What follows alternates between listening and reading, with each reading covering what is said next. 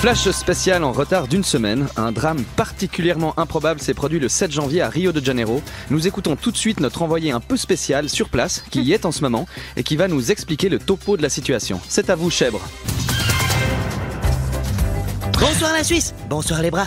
En effet, samedi 7 au soir, durant la nuit, un voleur a tenté de dérober le téléphone portable d'une jeune femme qui, tenez-vous bien, n'était autre qu'une championne de MMA. Inutile de préciser qu'il a rapidement été maîtrisé. Merci, Chèvre. Samba! Voilà, donc en gros, le mec s'est fait démonter la gueule. Il a 3 fractures à la mâchoire, la fontanelle réouverte et 28 dents en moins. La description de ce fait divers aurait dû être « Une femme se fait voler son téléphone à Rio ». Mais là, on est plus sur un pauvre voleur sans défense frôle la mort suite au tabassage d'une jeune femme qui tenait beaucoup à son téléphone et qui était une professionnelle du sport de combat appelée MMA. Alors le MMA, si jamais c'est pas zéro tracas, zéro blabla, hein, c'est du multiple martial arts. En gros, tous les coups sont permis pour mettre son adversaire KO. Là, on est plus sur zéro blabla que des coups bas MMA.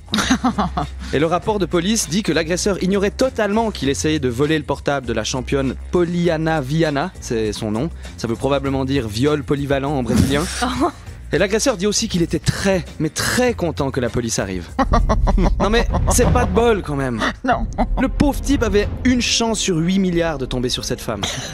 C'est comme si tu demandes l'heure à un passant au hasard en 1888 et c'est Jack l'Éventreur. C'est vrai, c'est comme si tu es aveugle, que tu veux cambrioler une banque, tu pousses la porte avec ton masque et ton flingue en hurlant « Personne ne bouge !» Puis en fait, c'est une prison. Non mais c'est vrai, c'est comme si tu matches une meuf sur Tinder, que tu l'invites à boire un verre, tu discutes, ça se passe super bien, tu la ramènes chez toi pour un thé, là tu la déshabilles, y a de la bonne musique, vous vous mettez au lit, vous couchez ensemble, c'est hyper bien. Puis en fait c'est ta mère. C'est comme si tu voles un œuf et que c'est le seul qui est périmé. C'est comme si tu sors de chez toi et que tu te dis « Allez, je mets pas d'écharpe ce soir !» Et paf, il y a un coup de vent et t'attrapes un rhume.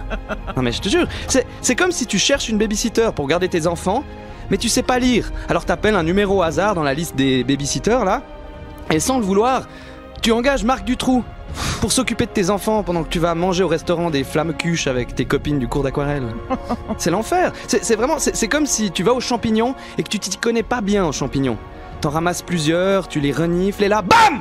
T'exploses sur une mine. Mais... Bah ouais, faut pas accueillir les champignons sur des zones de conflit. C'est comme si une maman chat donne naissance à 6 chatons, tu en achètes un, tu joues avec, tu le caresses et là, BAM! T'exploses. Enfin, il explose, pardon. C'est vrai, c'est hyper rare les chatons piégés, mais ça peut arriver. C'est comme si tu te rases les poils pubiens en forme de croix gammée pour rigoler, hein.